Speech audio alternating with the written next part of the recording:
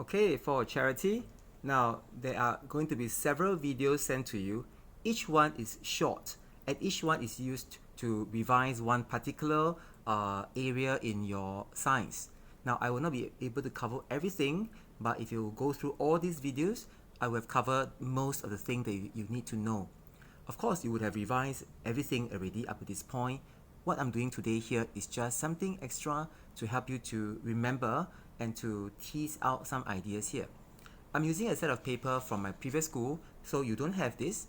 If you really want to try doing this, well, you can do two things. Either you can pause the video, try it first, and then hear my explanation, or you just listen to this as you snack on something and drink your Milo. Alright, now let's get started. The first thing we're going to work on is on the topic of diversity. Diversity. Okay? Now, diversity meaning there are many different things, many different materials, many different animals, and each of them have their own characteristics. So we're going to go through 3 questions to better understand what diversity means.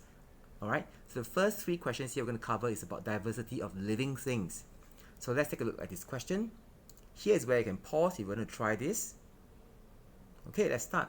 A snail hides itself in its shell when touched. So when it's hiding itself when it's touched, what does that mean? When it's touched means that it's responding to the touch. So it's responding to a touch. That means it's responding to changes. Okay, so it must be about respond. A snail is a living thing because it can respond to changes. Answer is 3. Next question we're going to look at is this one. Now, if you want to do this, you pause the video now and try this. Okay, now this question is about the characteristics of different living things. Now, you have learned that there are many different living things, such as like reptiles, amphibians, and all that. In this case here, we're comparing between plants and fungi. And this plant is a non-flowering plant, it's a fern. It's a non-flowering plant. So, and this case here, Danish drew a poster as shown below for the science corner in his classroom. Which of the following headings would be the most suitable for his poster? So I did a little table here to help you with your revision. Alright, so I put down these 3 different living things here, bread mold, mushroom, and bird nest fern here. And these descriptions here came from this. So let's take a look. Is it a plant? Is a mold a plant? Of course, it is not a plant. Is a mushroom a plant? No, it's a fungi, so it is not a plant. Is bird nest fern a plant? Yes, it is a plant. So if bird nest fern is a plant, then can it make its own food? Of course, bird nest fern being a plant, it can make its own food. Can mushroom and bread mold make their own food? Of course not, because these are not plants, and only plants can make their own food. Now, flowering plant. Is a fern a flowering plant? No. How about these 2? Of course they're not flowering plants because they're not plants in the first place.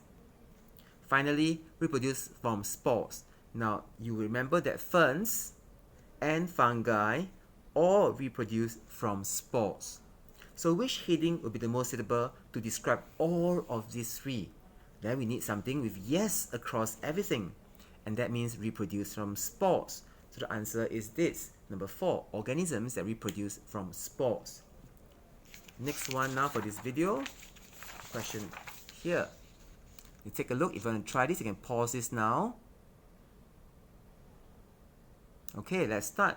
Now, sometimes you're given a flow chart to read. In the flow chart, you're going to follow the arrows. Start here. Does it lay eggs? No. Means that it doesn't lay eggs. Does it have hair? Yes, it has hair. What kind of animals would have hair? Does it lay eggs? Yes. Does it have 3 body parts? Yes. What kind of animals have 3 body parts? And so on and so forth. So let's try to understand this by using this table here. I'm doing this for the purpose of revision. You don't have to do all this like what I'm doing now for exams, okay? I'm just doing a revision for you. Birds. Why do I have these 4 animals here? Birds, fish, mammals, and insects?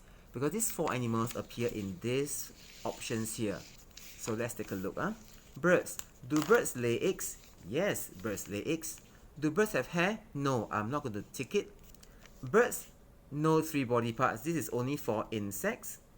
Have hair? This is only for mammals. Does it live on land? Of course, birds live on land. Fish? Of course not. It lives in water. Mammals? Some live on land, some live in water. Insects, some live on land, some live in water. So I'm not sure about this. Alright. Now what else? Let's take a look now. So I have a tick for a few things, right? Let's see how we can match this over here. Does it lay eggs? Yes, lay eggs. Fish also lay eggs. Insects also lay eggs. So 3 body parts. So from these 3, right, the only one that says 3 body parts will be insect. 2 ticks here. So D must be the insect. Next one, does it have hair? Yes. And doesn't lay eggs. So mammal don't lay eggs, and mammal have hair. So this must be mammals. How about this? Does it lay eggs? Yes. So now we're left with either birds or fish. Does it have 3 body parts? No. Yeah, it could be birds or fish. Does it live on land? No. If we say no, does it live on land? It means that it lives in water. So B lives in water. B must be a fish. And finally, does it live on land? Yes, birds live on land. And that will be C. So C, so let's look for this now, right? So we not know that C is birds. Oh, that's the only one. Let's double check. B is fish, A is mammals, and D is insects. Okay, so answer is 3. Now that ends this video lesson for diversity of living things. Now let's take a look at the next video to learn something else.